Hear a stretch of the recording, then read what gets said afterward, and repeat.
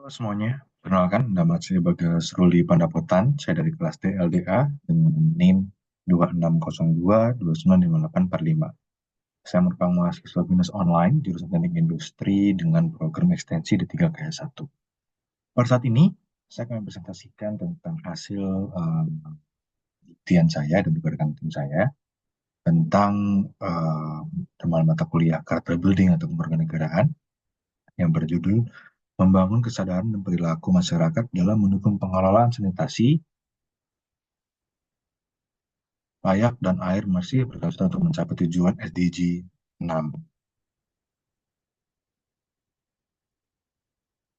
Lah, hal apa sih yang melatar belakangi saya dan melatar untuk ini? Yang pertama adalah SDG 6, itu bertujuan untuk memastikan akses air bersih dan sanitasi berkelanjutan pada tahun 2030 di prospek ke depan, dan juga ada kedua adalah tantangan global tentang tata kelola, ya ada beberapa ekosistem dari SDG 6 dan sebagainya. Yang ketiga adalah ketimbangan akses, di mana 80% tanpa air bersih itu tinggal di pedesaan. Yang ini harus diperhatikan kita untuk kedepannya.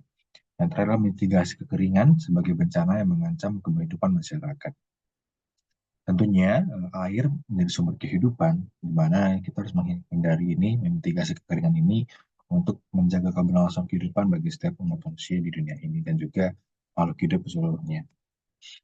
Lalu, rumusan masalah yang terbentuk dari setiap hal yang ada di dapur ini adalah pertama, apa penyebab utama kurangnya akses terhadap air bersih dan sanitasi? Inilah yang menjadi penelitian kami. Apa sih yang menjadi penyebab utama satu daerah itu mengalami kekurangan air bersih dan sanitasi? Lalu yang kedua adalah bagaimana tingkat kesadaran masyarakat terhadap pengelolaan air. Tentunya tadi apakah ini berkesinambungan karena tingkat kesadaran yang rendah ataupun tinggi, apakah mempengaruhi akses air bersih di lingkungannya. Dan terakhir tiga adalah solusi apa yang dapat diterapkan untuk meningkatkan keberlangsungan sanitasi dan akses air bersih. Jadi setelah kita menemukan dua hal tadi di atas, maka solusi apa nih yang bisa kita dapatkan, yang kita terapkan untuk meningkatkan keberlangsungan air bersih di lingkungan kita. Nah, setelah dilakukan penelitian di lapangan dengan cara-cara berbagai hal, teman observasi, wawancara, melakukan analisis data, dan hingga kita menemukan hambatan-hambatan yang terjadi di lapangan. Yang pertama, dengan hasil observasi kami, ternyata ditemukan infrastruktur sanitasi itu kurang memadai di beberapa daerah, entah di perkotaan, di pedesaan, ataupun bahkan di setiap perusahaan.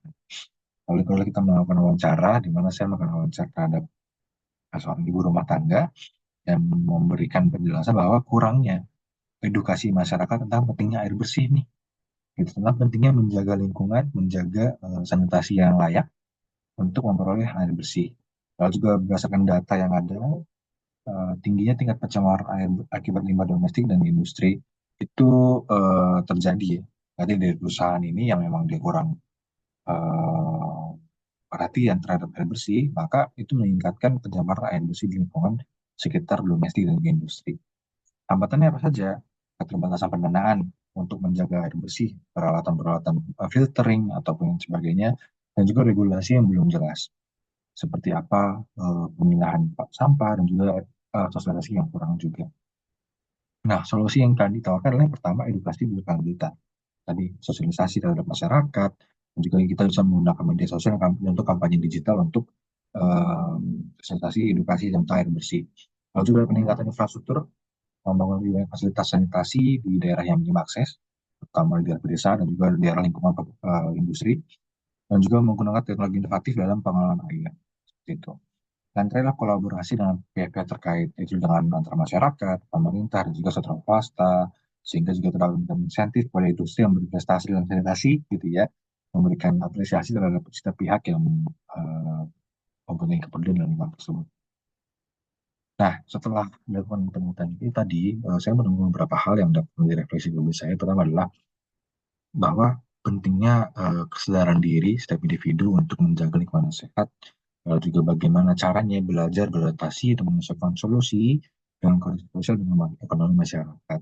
Dan yang ketiga adalah berkolaborasi, di mana ternyata pentingnya kerjasama yang kuat antara berbagai pihak itu dapat mencapai nih pencapaian SDG 6 dalam hal air bersih dan sanitasi yang layak. Sehingga melalui proyek ini diharapkan memberikan wawasan mendalam nih tentang tantangan nyata dalam pengelolaan air bersih dan juga sanitasi di lingkungan. Oke, mungkin sekian yang dapat saya sampaikan dalam presentasi pada hari ini. Semoga isinya dapat bermanfaat dan SDG NAMI dapat menjadi acuan kita untuk menjaga lingkungan sekitar kita untuk memperoleh air bersih dalam jangka waktu yang panjang.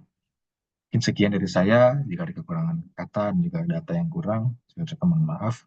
Terima kasih.